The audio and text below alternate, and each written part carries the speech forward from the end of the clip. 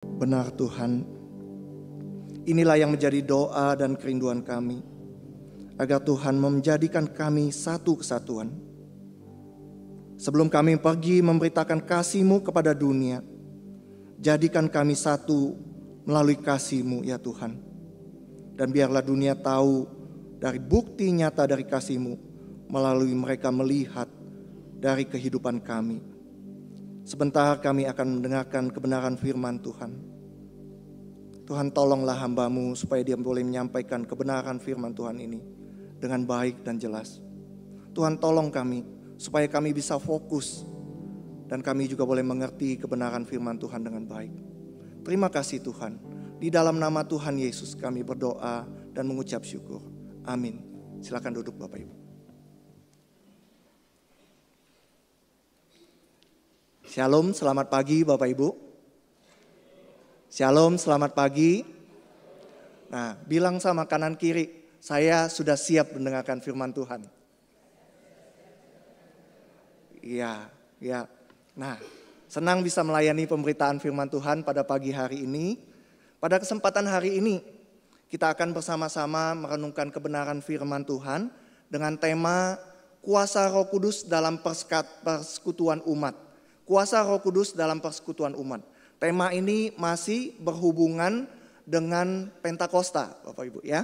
Nah, firman Tuhan hari ini diambil dari Kisah Rasul 2 ayat 41 sampai 47. Kita akan membacanya bersama-sama, Bapak Ibu ya. Kita akan membacanya bersama-sama. Saya sudah menyediakan di slide yang di layar LCD ini, kita akan baca bersama-sama. Kisah Rasul 2 ayat 41 sampai 47, demikian firman Tuhan. Orang-orang yang menerima perkataannya itu dibaptis, dan pada hari itu jumlah mereka bertambah kira-kira 3.000 jiwa. Mereka bertekun dalam pengajaran rasul-rasul, dalam persekutuan, dalam memecahkan roti dan berdoa. Ketakjuban melanda semua orang, sebab rasul-rasul itu mengadakan banyak mujizat dan tanda-tanda. Semua orang yang percaya tetap bersatu, dan semua milik mereka adalah milik bersama, dan selalu ada dari mereka yang menjual harta miliknya, lalu membagi-bagikannya kepada semua orang sesuai dengan keperluan masing-masing. Dengan bertekun dan sehati, mereka berkumpul tiap-tiap hari dalam bait Allah. Mereka memecahkan roti di rumah masing-masing secara bergiliran dan makan bersama-sama dengan gembira dan tulus hati, sambil memuji Allah, dan mereka disukai semua orang. Tiap-tiap hari Tuhan menambah jumlah mereka dengan orang yang diselamatkan. Nah, bagian kedua dari Efesus 5 ayat 17 sampai 18. Sebab itu janganlah bodoh, tetapi usahakanlah supaya kamu mengerti kehendak Tuhan. Hendaklah kamu penuh dengan Roh Kudus. Sedemikian jauh pembacaan firman Tuhan pada pagi hari ini. Bapak Ibu, sebelum saya masuk ke saat, saya dulu bekerja dan membuka usaha di bidang komputer ya. Nah, biasanya saya yang pergi ke tempat customer gitu ya, karena pemasangan atau perbaikan itu dilakukan di tempat customer saya langsung, tempat langganan saya langsung ya. Jadi bukan mereka yang datang, tapi saya yang datang kepada mereka. Nah, satu kali ketika saya berkunjung ke tempat salah satu customer itu, setelah selesai mengerjakan pekerjaan saya itu, lalu sang customer itu ngajak saya keluar makan. Oke. Ketika kami keluar makan, kami makan siang bersama-sama, terus setelah itu kami ngobrol gitu ya. Nah, kami asik ngobrol sampai obrolan kami itu mengarah kepada soal agama dan gereja gitu ya. Kami ngobrol dan pembicaraan kami kemudian mengarah kepada gereja dan agama gitu. Nah, Bapak Ibu, ternyata customer saya ini adalah seorang orang Kristen juga gitu ya. Nah, hanya dari gereja yang berbeda. Nah, customer saya ini kemudian mengatakan sesuatu yang membuat saya kaget sekali Bapak Ibu ya. Jadi dia waktu ngobrol-ngobrol itu, lalu dia langsung cetusin sesuatu yang buat saya kaget sekali. Dia berkata gini, dia berkata kepada saya, gereja kamu itu berarti gereja yang tidak ada Roh Kudusnya ya, gitu. Ya, jadi dia ngomong ke saya, gereja kamu itu gereja yang tidak ada Roh Kudusnya ya. Bapak Ibu mendengar pertanyaan dia itu saya kaget sekali gitu ya. Maksudnya apa gitu kenapa dia bisa menyimpulkan seperti itu gitu. Lalu saya kemudian bertanya kepada dia, kenapa Anda menyimpulkan seperti itu gitu. Nah, Bapak Ibu, selidik punya selidik, itu karena dia melihat jemaat gereja Injili Reform itu hidupnya dalam tanda kutip dia bilang biasa-biasa saja gitu ya. Dia memperhatikan kalau gereja Injili Reform itu ibadahnya adem-adem gitu ya. Lalu kurang ekspresi, kurang emosi gitu ya. Pujian penyembahannya kurang gitu ya, dia bilang gitu ya. Jemaatnya juga jarang angkat tangan atau kalau nyanyi sampai menangis gitu, dia bilang gitu. Nah, dia bilang sebaliknya, dia melihat kalau di ibadah di gerejanya itu wow gitu ya, lebih ekspresif, lebih emosional dengan pujian dan penyembahan yang bersemangat serta ekspresi yang bebas gitu ya. Boleh ngangkat tangan, boleh tepuk tangan, boleh apa gitu ya. Nah, gereja dia bilang juga sangat menekankan karunia-karunia roh. Seperti bicara dalam bahasa roh, nubuat, penyembuhan dan tanda-tanda mujizat. Nah, mereka berdoa, berpuasa, semangat sekali melayani dan menginjili. Sebaliknya Bapak Ibu, dia memperhatikan bahwa gereja Injili Reform itu melempem katanya gitu ya. Ini perkataan dia ya gitu ya Bapak Ibu ya.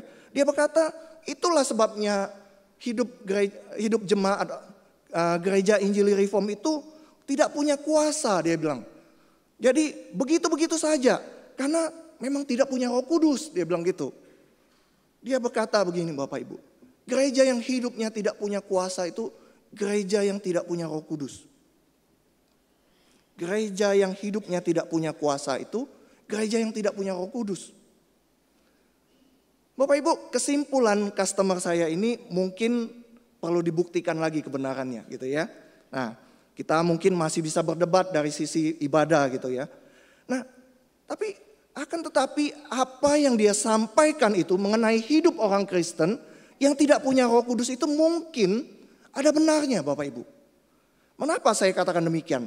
Itu karena firman Tuhan dalam Yudas 1 ayat 18-19 berkata begini. Sebab mereka ya para rasul itu telah mengatakan kepada kamu menjelang akhir zaman akan tampil pengejek-pengejek yang akan hidup menuruti hawa nafsu kefasikan mereka. Mereka adalah pemecah belah manusia duniawi yang tidak memiliki Roh Kudus. Bapak Ibu, firman Tuhan katakan memang ada orang Kristen yang tidak memiliki Roh Kudus. Mereka itu adalah orang-orang Kristen yang hidup secara duniawi. Mereka mengikuti hawa nafsu dan menjadi pemecah belah umat. Bapak Ibu, beberapa tahun yang lalu saya mendapat sebuah buku yang sangat bagus. Buku itu berjudul The Scandal of the Evangelical of Conscience, ya, The Scandal of the Evangelical Conscience. Skandal hati nurani kaum uji. Nah, Bapak Ibu, buku ini ditulis oleh seorang yang bernama Ronald J. Sider, ya. Ronald J. Sider. Nah, Ronald J. Sider ini bukan orang dari luar Injili ya Bapak Ibu. Tapi dia adalah seorang tokoh, penulis, teolog, dan aktivis sosial yang dikenal luas dan diterima dalam komunitas Kristen Injili. Dalam buku ini, Sider berkata begini. Dia menunjukkan kalau ada perbedaan yang besar antara klaim keimanan orang Kristen Injili Reform dengan kenyataan perilaku mereka. Saya ulangi ya Bapak Ibu.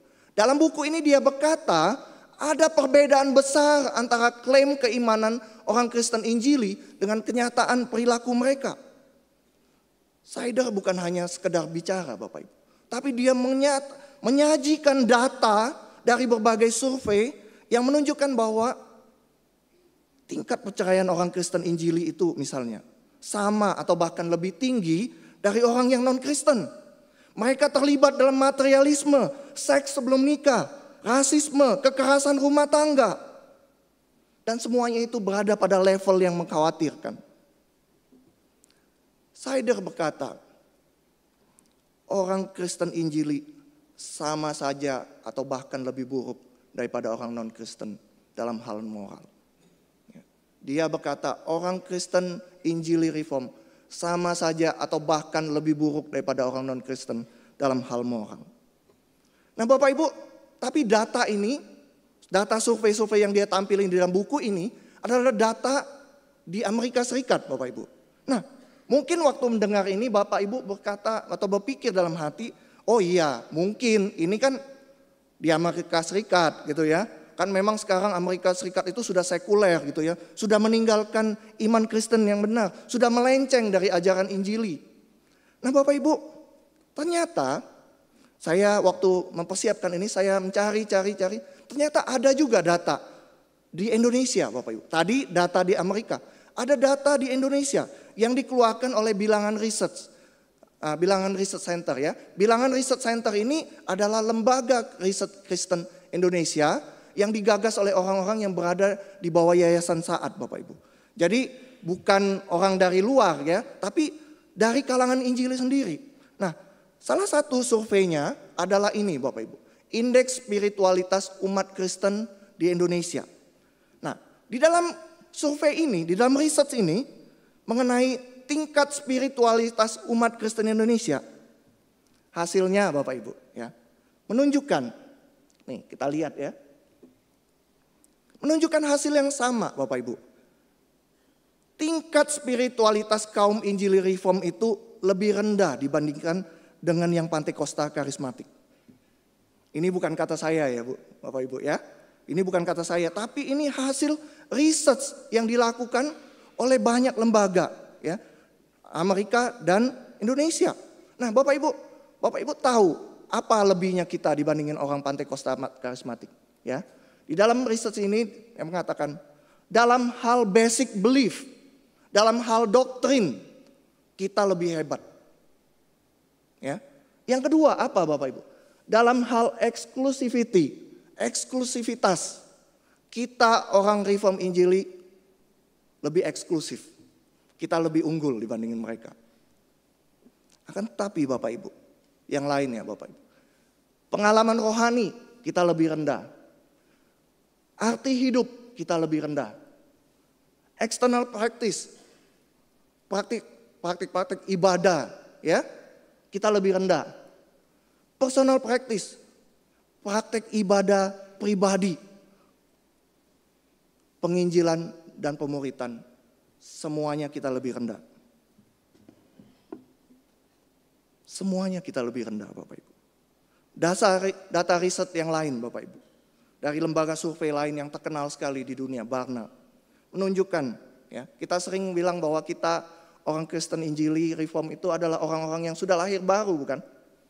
Nah, tapi data ini menunjukkan orang-orang Kristen yang sudah mengaku sudah lahir baru itu hidupnya sama juga, mereka juga bercerai seperti orang non-Kristen Bapak Ibu.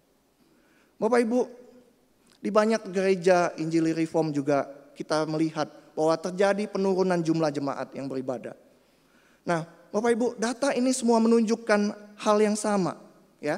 Perbedaan besar antara apa yang kita imani dengan praktek kenyataan perilaku kita, ya. Kita yang Injili Reform, maaf ya, seringkali mengejek atau merendahkan saudara kita yang dari Pantekosta Karismatik. Tetapi Bapak Ibu, hasil riset menunjukkan hal yang sebaliknya. Dalam banyak hal mereka lebih baik daripada kita yang Injili Reform. Bapak Ibu, firman Tuhan dalam Kisah Rasul 1 ayat 18 berkata, tetapi kamu akan menerima kuasa bila mana Roh Kudus turun ke atas kamu dan kamu akan menjadi saksi-saksiku. Kalau hidup kita tidak bisa menjadi saksi Tuhan, apakah itu berarti benar apa yang dikatakan oleh customer saya itu, bahwa kita adalah orang-orang atau jemaat gereja yang tidak punya Roh Kudus? Benarkah kita tidak punya Roh Kudus sehingga kita tidak punya kuasa?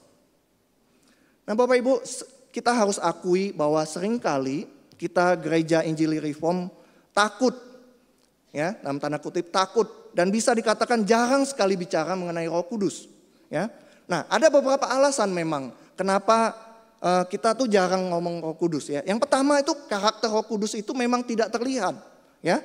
Roh Kudus tidak mempunyai bentuk fisik, bekerja dalam kehidupan orang rohani secara spiritual. Yang kedua Bapak Ibu, karena banyak sekali kekacauan teologis ya. Tadi kita ngomong aja tentang bahasa roh apa segala macam. Banyak sekali pandangan dari yang konservatif, Pantekosta sampai Injili Reform Bapak Ibu. Nah yang ketiga Bapak Ibu, kenapa kita jarang? Karena adanya kurangnya pemahaman kita mengenai Alkitab. Banyak orang Kristen tidak memiliki pemahaman yang mendalam tentang ajaran Roh Kudus.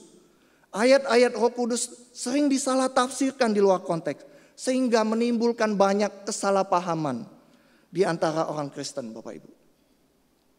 Salah satunya ini Bapak Ibu. Salah satu kesalahpahaman yang banyak terjadi di antara orang Kristen adalah banyak orang yang salah memahami antara menerima Roh Kudus dan dipenuhi Roh Kudus. Saya ulangi ya Bapak ya. Kesalahpahaman yang sering kali terjadi adalah banyak orang Kristen yang salah memahami antara menerima Roh Kudus dan dipenuhi Roh Kudus.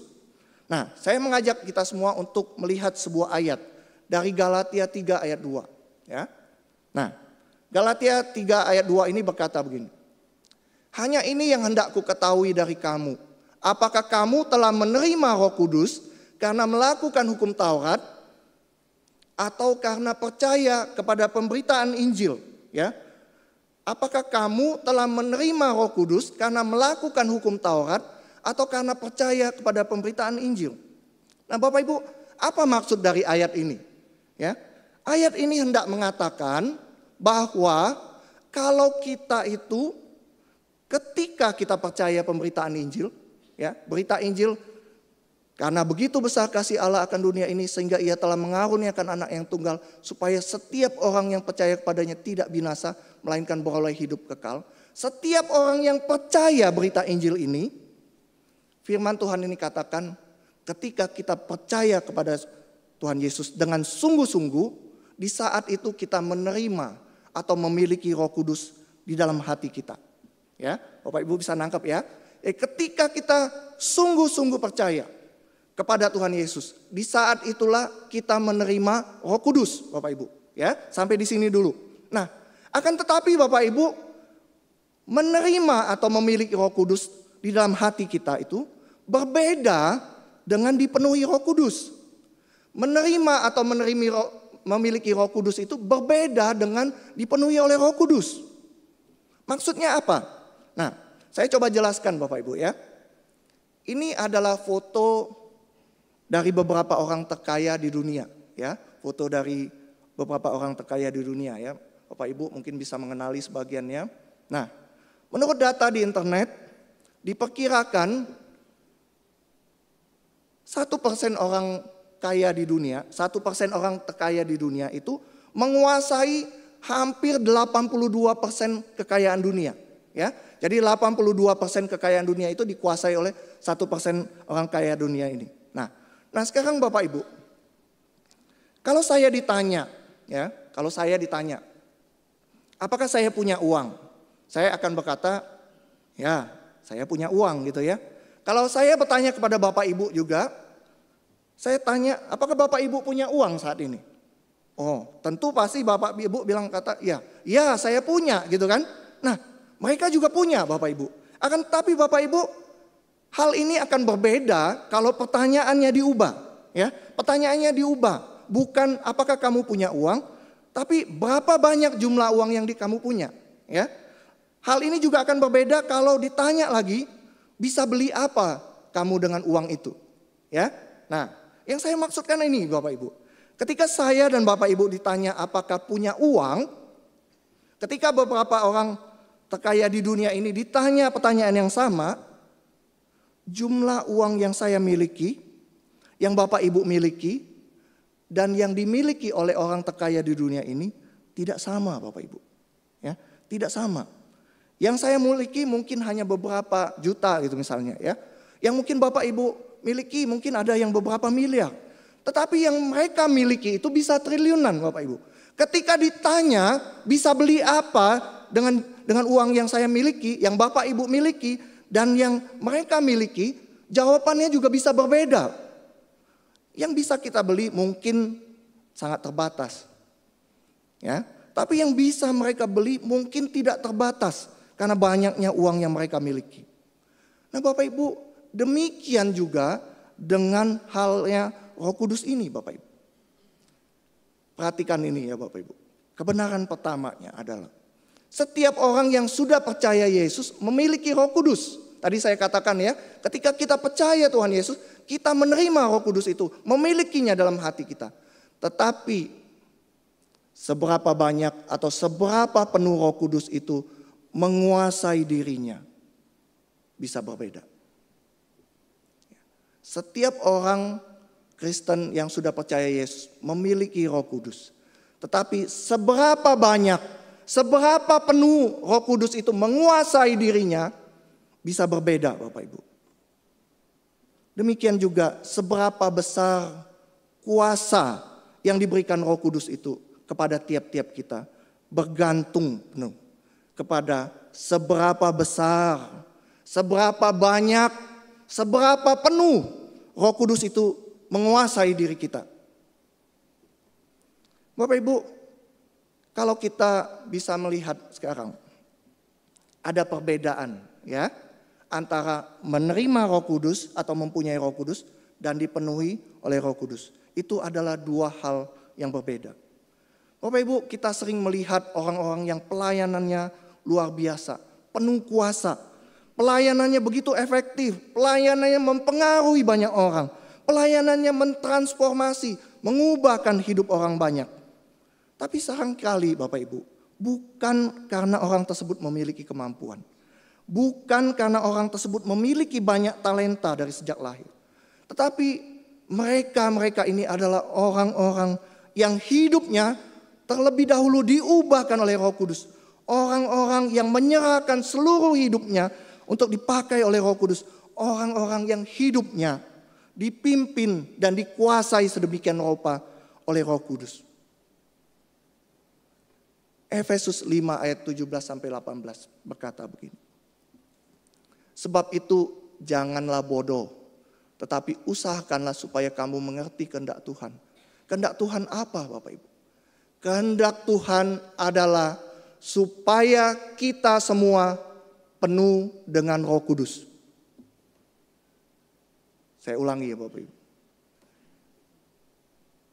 Kehendak Tuhan adalah supaya kita semua penuh dengan Roh Kudus. Kita tidak boleh berhenti hanya sampai menerima Roh Kudus, tapi kita harus berusaha agar hidup kita dikuasai oleh Roh Kudus. Bapak Ibu, sekarang pertanyaannya adalah bagaimana caranya agar kita bisa dipenuhi Roh Kudus, kan? Ya. Bagaimana caranya supaya hidup kita itu begitu dikuasai oleh Roh Kudus? Nah, Bapak Ibu, saya akan menjelaskannya melalui sebuah ilustrasi yang mungkin bisa menolong Bapak Ibu untuk mengerti hal ini. Ya. Nah, satu kali ada seorang kepala suku, ya, kepala suku, ya. Nah, kepala suku ini orang yang bijaksana gitu ya. Nah, dia hendak mengajarkan cara-cara hidupnya itu kepada sang anak. Ketika mereka pergi berburu atau pergi mencari ikan gitu ya, dia selalu diajak gitu oleh bapaknya ini, kepala suku ini. Nah, satu kali ketika melihat ada 2 ekor serigala yang sedang berantem gitu, memperobatkan korban gitu. Nah, sang kepala suku ini berkata kepada sang anak gitu, dia bilang, "Anakku," dia bilang, "di dalam hati ayah ada 2 ekor serigala," dia bilang. Ya, ketika lihat ada 2 ekor serigala yang berantem memperebutkan makanan, dia berkata kepada anaknya, "Anakku, di hati ayah ada 2 ekor serigala.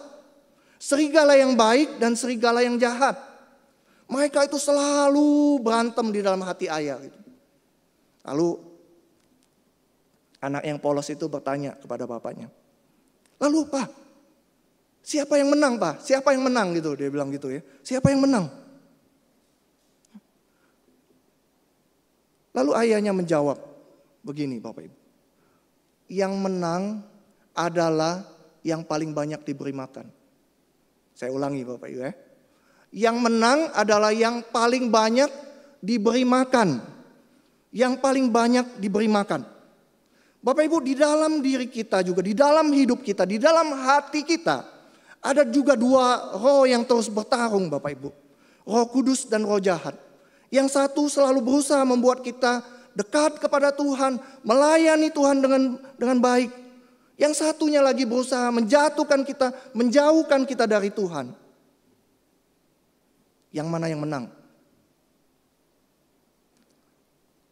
Yang menang adalah yang paling banyak kita beri makan.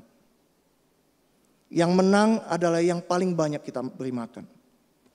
Bapak Ibu, berilah makan, ya, tanda kutip. Berilah makan Roh Kudus yang ada dalam hati kita, supaya Dia bisa memenuhi dan menguasai hidup kita. Tidak ada cara lain Roh Kudus bisa memenuhi atau menguasai hidup kita. Yaitu dengan cara apa? Dengan cara memberi makan, Bapak Ibu, dengan hal-hal yang baik pula. Tuhan Yesus berkata dalam Matius 4 ayat 4, manusia hidup bukan dari roti saja, tetapi dari setiap firman yang keluar dari mulut Allah. Ketika kita membaca dan merenungkan firman Tuhan, kita memberi makan roh kita. Roh Kudus akan semakin menguasai dan menguasai hidup kita. Apabila setiap hari kita memberi makan diri kita dengan firman Tuhan. Apalagi Bapak Ibu, firman Tuhan katakan dalam Filipi 4 ayat 6-7 berkata, jangankah kamu khawatir tentang apapun juga, tetapi nyatakanlah dalam segala hal keinginanmu kepada Allah, dalam doa dan permohonan dengan ucapan syukur. Damai sejahtera Allah yang melampaui segala akal akan memelihara hati dan pikiranmu dalam Kristus Yesus, Bapak Ibu. Roh Kudus akan semakin memenuhi dan menguasai hati dan pikiran kita ketika kita tiap-tiap hari kita berdoa dan mengucap syukur. Apalagi Bapak Ibu, firman Tuhan dalam 1 Timotius 4 ayat 8. Latihan jasmani terbatas gunanya, tetapi kesalehan, latihan ibadah itu berguna dalam segala hal.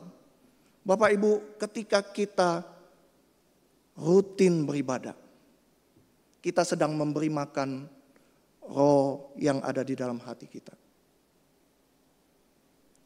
Bapak Ibu, LAI memberi judul perikop yang kita baca tadi, cara hidup jemaat yang pertama. Ya. Itu karena memang perikop yang kita baca itu cerita tentang cara hidup gereja yang mula-mula. Semua jemaatnya bersatu, semua milik mereka adalah milik bersama. Selalu di antara mereka yang membagikan harta miliknya. Mereka berkumpul tiap-tiap hari di bait Allah. Mereka bersekutu dengan sukacita, makan bersama dengan sukacita. Di akhir perikop itu kita membaca kalau jemaat gereja itu, gereja yang mula-mula itu disukai semua orang. Dan Tuhan menambah jumlah mereka dengan orang yang diselamatkan. Setiap kali kita bahas bagian ini, ya, saya selalu mendengar dikatakan bahwa kita harus meniru cara hidup gereja yang mula-mula itu supaya nanti banyak orang yang datang. Ya. Akan tetapi Bapak Ibu, kita sering lupa bahwa cara hidup itu adalah hasil atau buah dari sebuah proses menerima dan dipenuhi Roh Kudus. Cara hidup jemaat yang mula-mula itu adalah hasil atau buah dari sebuah proses menerima dan dipenuhi Roh Kudus. Prosesnya seperti apa? Itu dikatakan orang-orang yang melihat Tuhan Yesus disalibkan, pulang ke rumah sambil memukul-mukul dada mereka, mereka menyesal. Ya, proses apa lagi Bapak Ibu? Mereka bertobat, memberi diri dibaptis dalam nama Yesus Kristus seperti beberapa orang saudara kita. Lalu dikatakan mereka menerima Roh Kudus. Apalagi Bapak Ibu, ya. Orang-orang yang menerima perkataan itu dibaptis dan pada hari itu jumlah mereka bertambah kira-kira 3.000 orang. Lalu ini Bapak Ibu, mereka tidak berhenti sampai dibaptis. Firman Tuhan katakan mereka bertekun dalam pengajaran rasul-rasul, dalam persekutuan, dalam memecahkan roti dan dalam berdoa. Proses percaya, dibaptis, dan bertekun dalam pemuritan. Lalu mereka juga menjalani proses itu dalam sebuah komunitas yang saling mendukung pertumbuhan iman mereka. Jadi bukan instan. Kita tidak bisa meniru langsung. tetapi ini adalah cara hidup yang dihasilkan dari proses percaya, dibaptis, bertekun dalam pemuritan, bertekun dalam sebuah komunitas. Nah Bapak Ibu, yang terakhir, mengapa kita perlu sebuah komunitas? Ya, tadi firman Tuhan ini katakan proses percaya, dibaptis, bertekun dalam pemuritan, lalu bertekun dalam komunitas. Ya, firman Tuhan hari ini kuasa Roh Kudus dalam persekutuan umat, dalam sebuah komunitas umat. Nah, mengapa kita perlu sebuah komunitas yang bisa mendukung pertumbuhan iman kita? Nah, Bapak Ibu, sebelum saya melayani di Solo sini, saya melayani sebagai pembina pemuda remaja di sebuah gereja di Malang, Bapak Ibu. Ya, nah, persekutuan pemuda remaja itu saya beri nama The Burning Coal Community. Ya, The Burning Coal Community. Nah, komunitas arang yang terbakar. Ya, nah, Bapak Ibu, kenapa saya beri nama persekutuan itu komunitas arang terbakar gitu ya? Ada ceritanya di balik itu, Bapak Ibu. Nah, ceritanya satu kali kami itu mengadakan acara kebersamaan dengan anak-anak pemuda remaja tersebut. Ya, nah, kami mau melakukan acara barbecue bersama-sama. Semuanya sudah disiapin gitu ya, makanan, minuman, bumbu, alat panggang dan arangnya. Nah, tugas saya waktu itu adalah menyalakan apinya, Bapak Ibu ya, menyalakan arangnya. Lalu karena nggak mau repot, saya ambil beberapa arang, lalu pakai cepitan yang begitu ya, lalu saya taruh, lalu saya bawa ke kompor gas. Cara gampang kan, stek gitu ya, hidupin gitu. Nah, udah, lalu arang itu sudah mulai terbakar gitu Bapak Ibu. Nah, waktu saya sudah berhasil menyalakan alat api itu dan mau menyalakan yang lain, lalu gembala saya waktu itu berkata, Pak Sur, yang sudah dinyalakan apinya ini harus segera dimasukkan ke dalam tempat panggangan. Disatukan dengan arang yang lain, biar nyala apinya lebih besar. Karena kalau tidak apinya akan langsung padam. Lalu saya ambil, buru-buru masukin ke dalam tempat panggangan gitu ya. Nah, ternyata benar Bapak Ibu. Arang yang saya masukkan itu ke dalam tempat panggang, ketika dikipasi gitu, ditiup angin gitu, apinya membesar. Apinya membesar kemudian menyambar arang yang lain dan siap dipakai untuk memanggang. Akan tetapi Bapak Ibu, benar juga apa yang dikatakan oleh gembala saya. Saya ketika bawa itu ada jatuh satu arangnya. Arang yang sudah terbakar itu jatuh. Saya pikir, sudah, saya langsung masukin ke situ kan. Arang yang di situ dikipasin langsung nyala, apinya besar gitu ya. Tapi arang yang jatuh ini Bapak Ibu, ketika saya balik lagi mau menyalakan yang lain, saya melihat Bapak Ibu, arang yang jatuh itu ketika sendirian kena angin, nyalanya mengecil dan tidak lama kemudian padam. Waktu melihat itu, di saat itu juga Bapak Ibu, saya seakan-akan mendengar Tuhan berbicara kepada saya. Bukankah kita semua seperti arang itu Bapak Ibu? Ya, ketika kita percaya Tuhan, Roh Kudus itu membakar kita, ya, menyalakan api di dalam hati kita itu. Ya, ketika kita percaya kita menerima Roh Kudus membakar, menyalakan api di dalam hati kita. Akan tetapi Bapak Ibu, kita tidak boleh berhenti sampai di situ. Kita tidak boleh sendirian. Seperti arang-arang itu, apabila ketika angin datang, ketika badai kehidupan datang, arang yang sendirian itu akan cepat padam. Api yang dalam hati kita yang sudah dinyalakan Roh Kudus itu akan cepat padam apabila kita sendirian. Nyala kita, semangat kita untuk melayani Tuhan, mengikut Tuhan akan cepat padam Bapak Ibu.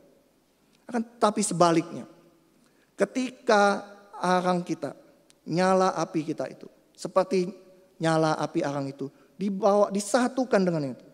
Arang yang lain itu melindungi nyala api yang di tengah itu.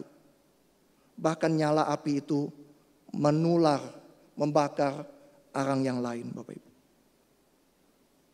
Kita tidak bisa tidak harus bergabung dalam sebuah komunitas yang mendukung pertumbuhan kita. Ketika angin datang, ketika masalah hidup datang, ketika badai kehidupan datang, arang yang lain itu akan melindungi kita. Ya, nyala api kita akan tetap terjaga. Bahkan bukan hanya terjaga, api kita, semangat kita mengikut Tuhan, semangat kita melayani Tuhan akan menular kepada orang yang lain. Semakin lama semakin membesar dan siap dipakai oleh Tuhan. Kiranya kebenaran firman Tuhan pagi hari ini boleh menolong kita. Ya, untuk tidak hanya berhenti sampai menerima Roh Kudus. Tetapi kita mengejar untuk dipenuhi oleh Roh Kudus. Karena Roh Kuduslah sumber kuasa dalam kehidupan kita. Tuhan memberkati kita semua, mari kita masuk dalam sikap doa. Kita berdiam diri, menenangkan hati kita di hadapan Tuhan.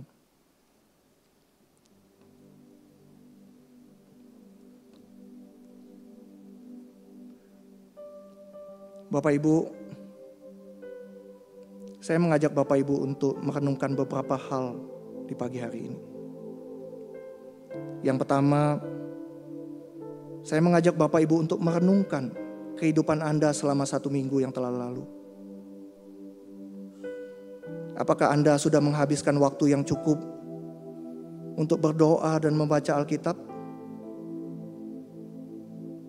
Saya tadi sudah menjelaskan hal-hal yang bisa kita lakukan untuk memberi makan roh kita. Lakukanlah hal itu supaya kita dipenuhi oleh Roh Kudus. Kita bisa memulai dengan membaca Alkitab setiap hari 1 pasal sebelum memulai aktivitas kita. Kita bisa menyiapkan waktu untuk setiap hari berdoa. Menyampaikan semua keinginan dan pergumulan kita kepada Tuhan. Kita juga bisa melatih diri kita untuk rajin dan rutin beribadah. Terlibatlah dalam kelompok kecil atau pelayanan di gereja. Ini akan membantu kita bertumbuh dalam iman dan mendukung satu sama lain. Yang kedua, Bapak Ibu, apakah ada area hidup Anda yang perlu diserahkan lebih kepada Tuhan, kepada Roh Kudus? Apa pergumulan Bapak Ibu saat ini? Emosi atau amarah yang meledak-ledakkah? Kekecewaan, kepahitankah? Kecemasan atau kekhawatirankah? Mungkin pergumulan Anda saat ini adalah kebiasaan-kebiasaan buruk, kecanduan Anda. Firman Tuhan katakan hari ini, jika Anda merasakan itu semua dan kesulitan untuk mengatasinya, ada kuasa di dalam Roh Kudus. Mintalah Roh Kudus untuk membantu Anda mengendalikannya. Mintalah Roh Kudus untuk mengatasinya. Setiap kali Anda merasa tidak mampu mengatasi atau menanganinya, ambil waktu sejenak untuk berdoa dan minta kekuatan dari Tuhan. Minta Roh Kudus memberikan kuasanya. Jika Anda sering cemas, coba tuliskan doa atau ayat Alkitab yang menguatkan Anda di tempat-tempat yang mudah terlihat seperti di laptop, komputer, meja kerja, atau cermin. Kita harus melakukan sesuatu, Bapak Ibu. Yang terakhir, Bapak Ibu, saya telah menjelaskan kepada Bapak Ibu perbedaan antara menerima atau memiliki Roh Kudus dengan dipenuhi oleh Roh Kudus.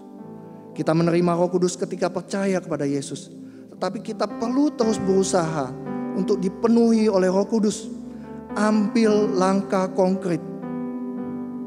Pagi ini saya menantang Anda semua untuk memulai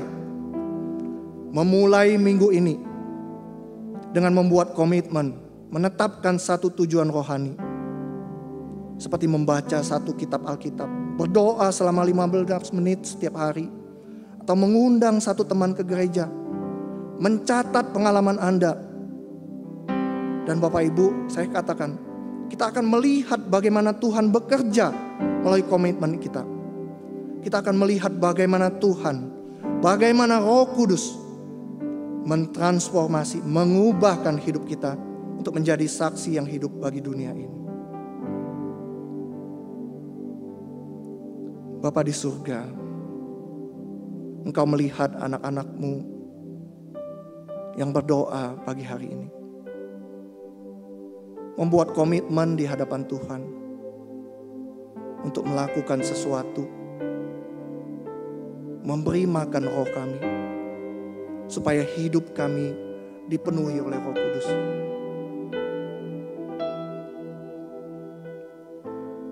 Tuhan, tolonglah anak-anak-Mu. Roh Kudus mampukan anak-anak-Mu untuk melakukan komitmen yang sudah mereka buat di hadapan Tuhan.